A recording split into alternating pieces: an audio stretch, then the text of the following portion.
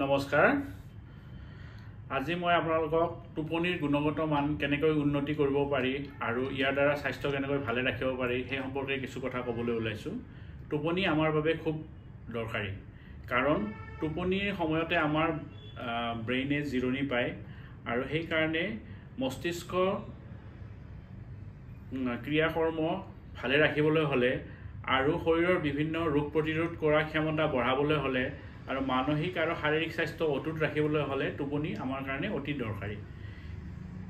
হেহে টোপনি যিবিলাক মানুহৰ ভালকৈ নাহে তেওঁলোকৰ স্মৃতি শক্তি হ্ৰাস পায় আৰু স্বাস্থ্যৰ বিভিন্ন সমস্যা যেনে ডায়েবেটিছ, হাইপাৰটেনশ্যন, থাইৰয়ড আদি বিভিন্ন ৰোগে দেখা দিব পাৰে। তাৰোপৰি তেওঁলোকৰ শৰীৰৰ ইমিউনিটিও কমি যায়। সেইকাৰণে আহক আমি টোপনি সময়মতে যোৱাৰ চেষ্টা কৰোঁ আৰু আমাৰ হৃদয়, মস্তিষ্ক আৰু বিভিন্ন অংগ প্ৰত্যংগ যেনে চকু, কাণ ইত্যাদি ভালে ৰাখোঁ। আমি আজি 6টা টিপছ দিবলৈ ওলাইছোঁ যাৰ দ্বাৰা আমি সঠিক সময়ত ভালকৈ টোপনি মাৰিব পাৰোঁ। প্ৰতিদিনে আমি এটা নিৰ্দিষ্ট টাইমত বিচনালৈ যোৱা উচিত যাতে আমি সঠিক সময়ত আমি শুব পাৰোঁ আৰু সঠিক সময়ত শুই উঠিব পাৰোঁ।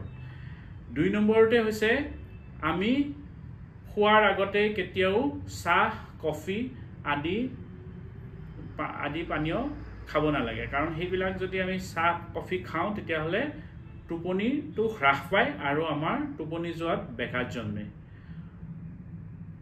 3 নম্বৰ হৈছে আমি যেতিয়া টোপনি যাওঁ টোপনি যোৱাৰ সময়ত তাৰে 1 ঘণ্টা আগৰ পৰাই টিভি, কম্পিউটাৰ, মোবাইল আদি চাব নালাগে কাৰণ টিভি, কম্পিউটাৰ, মোবাইল আদিৰ পৰা যিটো নীলা ৰশ্মি ওলায় সেইটোৱে আমাৰ চকুৰ ক্ষতি কৰে। ক্ষতি কৰিলে আমাৰ টোপনিত ব্যাঘাত জন্মে।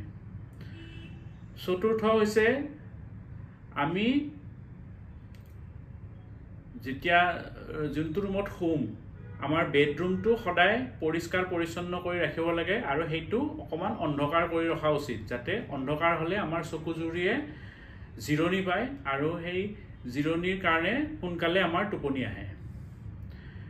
5 নম্বৰতে হৈছে কিছুমান মানুহে গান শুনি ভাল পায়। গতিকে টোপনি যোৱাৰ সময়ত আমি অকণমান লাইট মিউজিক যদি লগাই ল'ব পাৰোঁ তেতিয়াহ'লে এইটো আমাৰ টোপনিত যোৱাত সহায়ক হয়।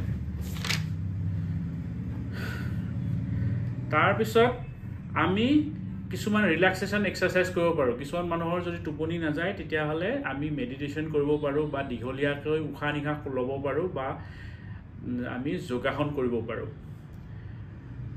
তাৰপিছতো কিছুমানৰ মানুহৰ যদি টোপনি নাযায় তেতিয়াহ'লে তেওঁলোকে দৈনিক শাৰীৰিক পৰিশ্ৰম কৰা উচিত। আধা ঘণ্টাৰ পৰা 1 ঘণ্টা সময় যদি আমি শাৰীৰিক পৰিশ্ৰম কৰোঁ যাতে আমাৰ ঘাম ওলায়, এই শাৰীৰিক পৰিশ্ৰমে দেহত ভাগৰৰ সৃষ্টি কৰে। এই ভাগৰৰ কাৰণে আমাৰ টোপনি সোনকালে আহে।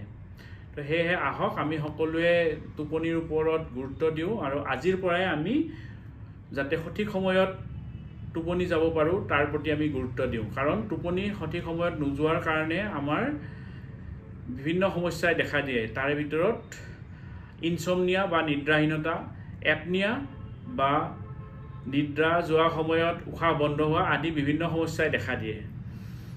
গতিকে আজিৰ পৰাই যদি আমি সঠিক সময়ত খোৱা অভ্যাস কৰোঁ তেতিয়াহ'লে আমাৰ টোপনি ভালকৈ আহিব আৰু এই টোপনিয়ে আমাৰ বিভিন্ন ৰোগ প্ৰতিৰোধ কৰাৰ ক্ষেত্ৰত সহায় কৰিব। এই ভিডিঅ'টো যদি আপোনালোকে সঠিক বুলি ভাবে তেতিয়াহ'লে লাইক আৰু ছাবস্ক্ৰাইব কৰিব। ধন্যবাদ।